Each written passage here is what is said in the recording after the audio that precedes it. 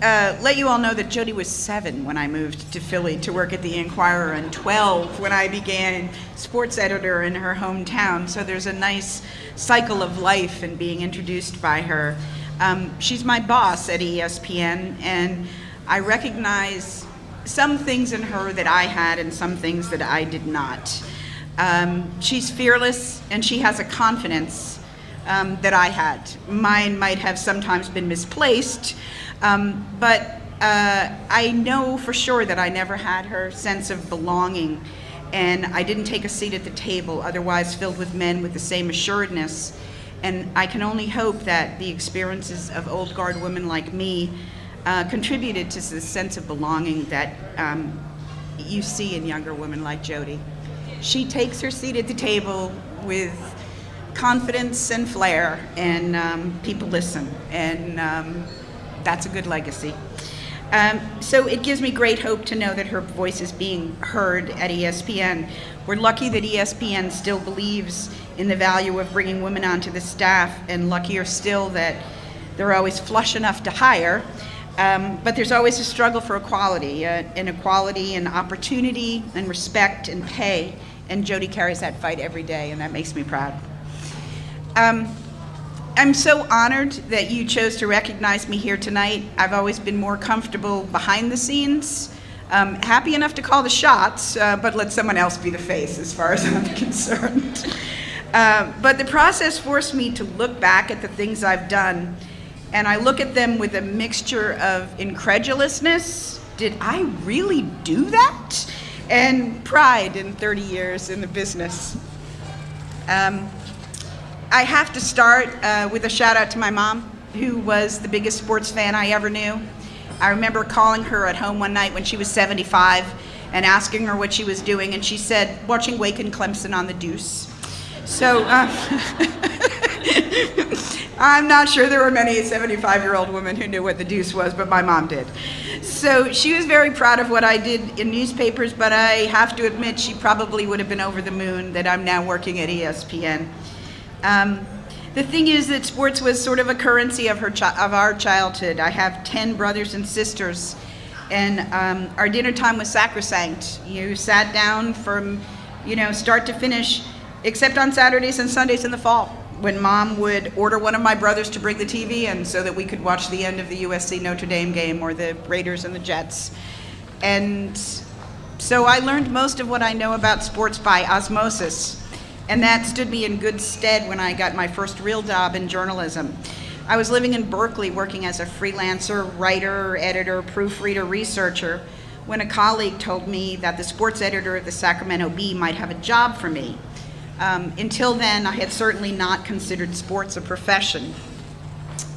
But that's when I met Jim Dawson, who was the sports editor at the Sacramento Bee and had as much to do with the founding of AWSM as anyone. Jim was a longtime newsman, a Southern gentleman who liked strong women. He hired 3 of the 4 women who started AWSM, Michelle Himmelberg, Susan Fornoff, and me, and there was no diversity panel telling him to do so. So when I arrived in 1983, Michelle was covering the 49ers, and Susan joined us a couple years later to cover the A's. And Jim had somehow made Sacramento the breeding ground for AWSM.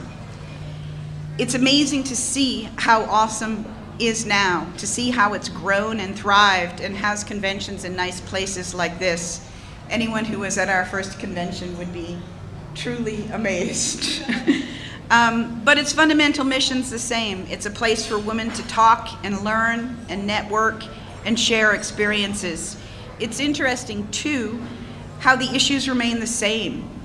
Work-life balance, having a voice, getting a job, getting a better job, getting a raise. We had our first convention in 1988, and I left Sacramento for Philadelphia shortly after. Philadelphia was a wonderful, heady learning experience, and I worked with incredibly talented staff of reporters and editors. And wonder of wonders, in 1993, they offered me the sports editor job. I was flabbergasted and a little scared, but I had the backing of a couple of visionaries there as well. Jim Naughton, who was managing editor, and Dave Tucker, my former sports editor, who was the best and most demanding teacher I ever had. So I took the job with some trepidation, and off we went. There were highs and lows, bumps in the road, causes for celebration, awards. But the amazing thing is, through it all, they had my back. They gave me time, they gave me encouragement, they gave me room to breathe.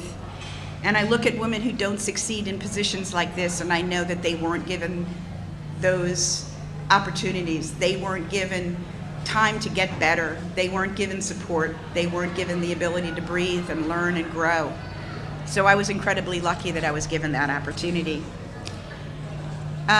When I left the sports department in 1998, after 10 years, I thought I was done with sports.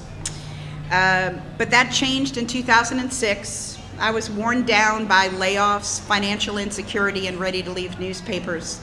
And once again, it was sports that provided a lifeline. I went to ESPN, where people like Vince Doria and Mark Gross and Rob King gave me the opportunity to reinvent myself in a new medium. I'm grateful to them every day, because it's a challenging and exciting job, and I work with good people, and I still get to be a journalist. And my mother would have loved it. One of the most satisfying parts of the job is supervising the young women and men who come to ESPN as production assistants. I started out getting boys and girls, but now they just give me the girls, and that's the way I like it. And the girls like it too. So I try to teach them to be smart and brave, and I tell them to work hard, and together we try to figure out how to make a special place for them at ESPN. I find I do a lot of what I did as an editor. I listen, and then I let them figure it out. One of my girls, who's doing really well, is a former AWSM scholarship winner. I had no idea about this. I had an award, an AWSM award on my desk, and she came by one day for a visit, and she said, "Oh, you know, I didn't know you had anything to do with AWSM." She says that AWSM scholarship, it's what she got her start, and she's doing fabulously well at ESPN, and that more than anything makes me proud of the legacy we left in Sacramento all those years ago. So I thank you for this award.